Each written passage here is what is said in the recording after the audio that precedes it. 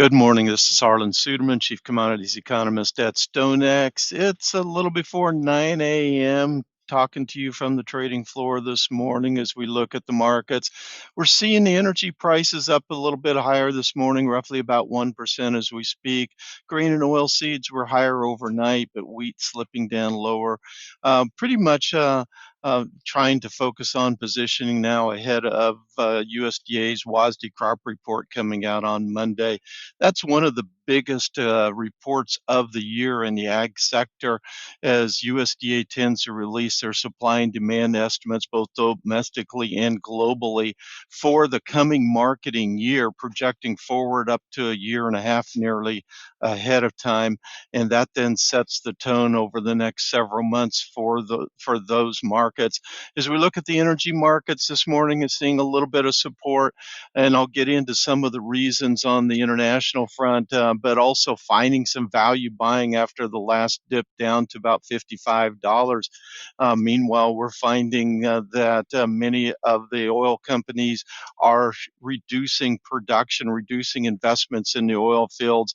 A recent Federal Reserve survey of industry found a break-even cost around $65. We had put it around $60 to $62, but regardless, we're bleeding red ink in the energy industry here in the United States, and so shutting down production at a time when OPEC is increasing output by about 411,000 barrels per day this month and expected to do something similar next month as well. But there's more optimism this morning as we look at trade talks with China starting tomorrow in Switzerland. And then we have the trade deal that was announced yesterday with Britain. A couple of interesting things on that British trade deal. First of all, I think we see the art of the deal at work on both sides, really, as we look at the Prime Minister of Great Britain has been working on the relationship with President Trump for several months now. He originally wanted to get a comprehensive deal done ahead of the reciprocal tariff announcement, was not able to do so, had continued to negotiate such, and still was struggling trying to get a comprehensive deal done. But then it was interesting, took note a couple of days ago when President Trump was meeting with Prime Minister Mark Carney from Canada, and he made the statement that here in the next couple of weeks, I'm going to gather my team together and we're going to put together a number. And countries who want to have access to the U.S. consumer can either accept that number and we'll have a deal or not accept it. But we don't need a deal. Other countries need the deal. And I believe that provided some incentive for Great Britain to say, let's get a deal done ahead of that. So they focused on the areas that were most important to them, that being the auto industry and on steel aluminum exports to the United States, and they got their deal. The 10% baseline reciprocal tariff is still in place, but they got the door open for autos to flow to the United States and a reduction of the steel and aluminum tariffs. And so that was a big deal for Great Britain, and they're happy to have that. That gives President Trump also some momentum now toward getting other deals inked and further helping to isolate China, getting that done before the first negotiations with China. Now, related to the negotiations with China, first of all, President Xi Jinping, as I've outlined to you before, is very popular back home right now. He controls the message in China.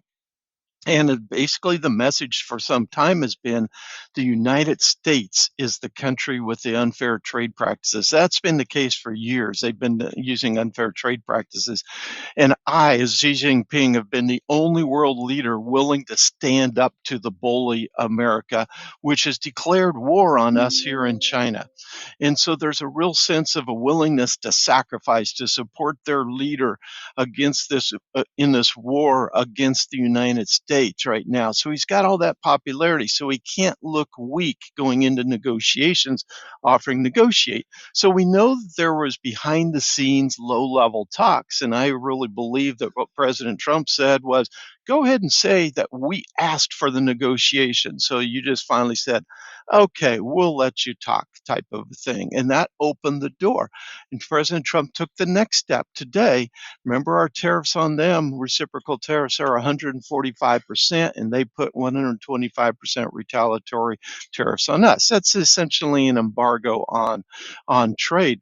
Well, President Trump says, I think 80% is a good number, but I'll leave it up to Bessent. Bessent, being the U.S. Treasury Secretary, is going to head up those talks in Switzerland with China tomorrow. And so that further helps open the doors and allows President Xi Jinping then to look like he's in the lead in these negotiations, so to speak, back home. And I think that's something that President Trump needed to do. It's something he did during Trump 1.0. Will this lead to a quick deal with China? I don't believe so at all. I don't believe that Xi Jinping feels like he's at an advantage to have a quick deal at this point, particularly with his popularity at home, the willingness of citizens to sacrifice at home. I believe that he will drag this out, but overall it does start moving us in the right direction. But the market's overall having a generally positive tone today, at least to start this morning, at least until the next headline hits, based on some of the progress in these trade talks that we're seeing in this tariff war. So, with that, I'm going to conclude my comments here this morning. I hope you have a good weekend, and we'll be back with you next week. And of course, we have that critical USDA WASDE report that'll impact the ag commodities coming out on Monday.